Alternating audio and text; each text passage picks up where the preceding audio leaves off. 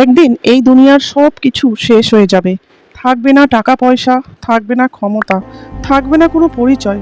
সেদিন মানুষ শুধু একটি জিনিসের জন্য ব্যাকুল হবে, আল্লাহর রহমত এবং নবীজি সাল্লাল্লাহু আলাইহি ওয়াসাল্লামের শাফায়াত।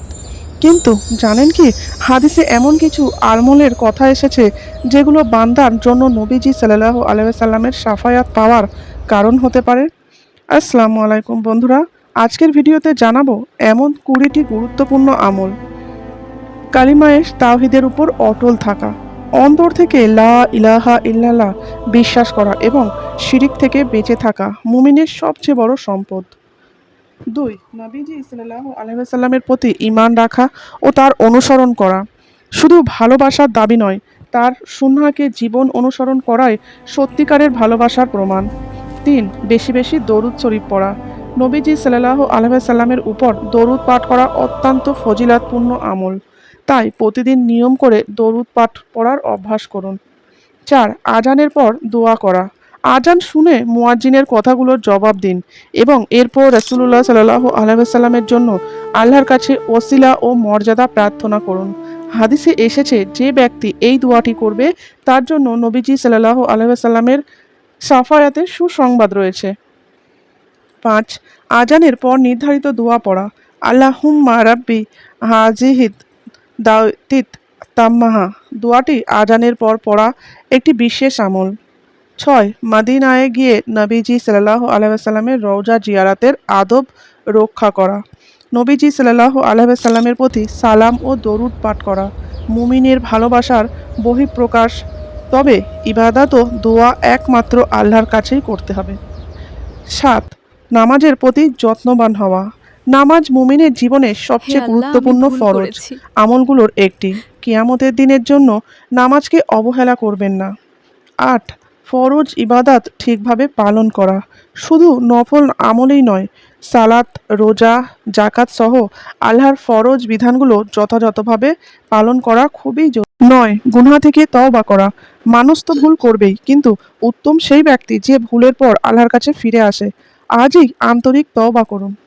10. নবীজি সাল্লাল্লাহু আলাইহি ওয়াসাল্লামের সুন্নাহকে ভালোবাসা। নিজের পছন্দের চেয়ে রাসূলুল্লাহ সাল্লাল্লাহু আলাইহি ওয়াসাল্লামের দেখানো পথকে অগ্রাধিকার দেওয়া মুমিনের ভালোবাসার নিদর্শন।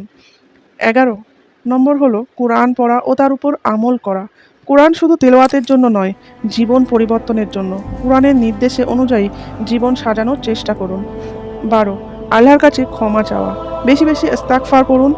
নিজের দুর্বলতা স্বীকার করে আল্লাহর কাছে ফিরে আসুন। 13 নম্বর হলো আল্লাহর রহমতের আশা রাখা। কখনো নিজের গুনাহ থেকে, আল্লাহর রহমত থেকে নিরাশ হবেন না। তওবার দরজা বন্ধ হওয়ার আগে ফিরে আসুন। 14 মানুষের হক আদায় করা।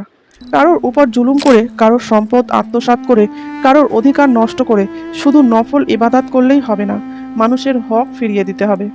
15 মিথ্যা ও প্রতারণা থেকে বেঁচে থাকা।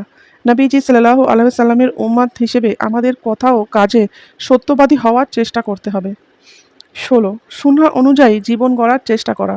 খাওয়া, পোশাক, আচার ব্যবহার, পরিবার ও সমাজ জীবনের প্রতিটি ক্ষেত্রেই রাসূলুল্লাহ সাল্লাল্লাহু আলাইহি ওয়াসাল্লামের আদর্শ অনুসরণ করার চেষ্টা করুন। 17 নবীজি সাল্লাল্লাহু আলাইহি ওয়াসাল্লামের উপর সালাম পাঠ করা। যখনই তার নাম শুনবেন, ভালোবাসা ও সম্মানের সঙ্গে দরুদ ও সালাম পাঠ করুন। 18 নিজের পরিবারকে দ্বীনের পথে উৎসাহ দেওয়া। নিজে ভালো হওয়ার পাশাপাশি পরিবারকে নামাজ, কোরআন, সুন্নাহ ও ভালো কাজে উৎসাহিত করুন। 19 নম্বর হলো ছোট বড় ও সব আমল আন্তরিকতার সঙ্গে করা। আল্লাহর কাছে আমলের মূল্য শুধু তার পরিমাণে নয়, নিয়ত ও আন্তরিকতা অত্যন্ত গুরুত্বপূর্ণ। 20 নম্বর হলো আল্লাহর কাছে নবীজি সাল্লাল্লাহু আলাইহি ওয়াসাল্লামের শাফায়াতের আশা করে দোয়া করা। মনে রাখবেন, শাফায়াত আল্লাহর অনুমতিতেই হবে, তাই আল্লাহর কাছে দোয়া করুন তিনি যেন কিয়ামতের দিন আমাদেরকে নবীজি সাল্লাল্লাহু আলাইহি ওয়াসাল্লামের শাফায়াত নসিব করেন।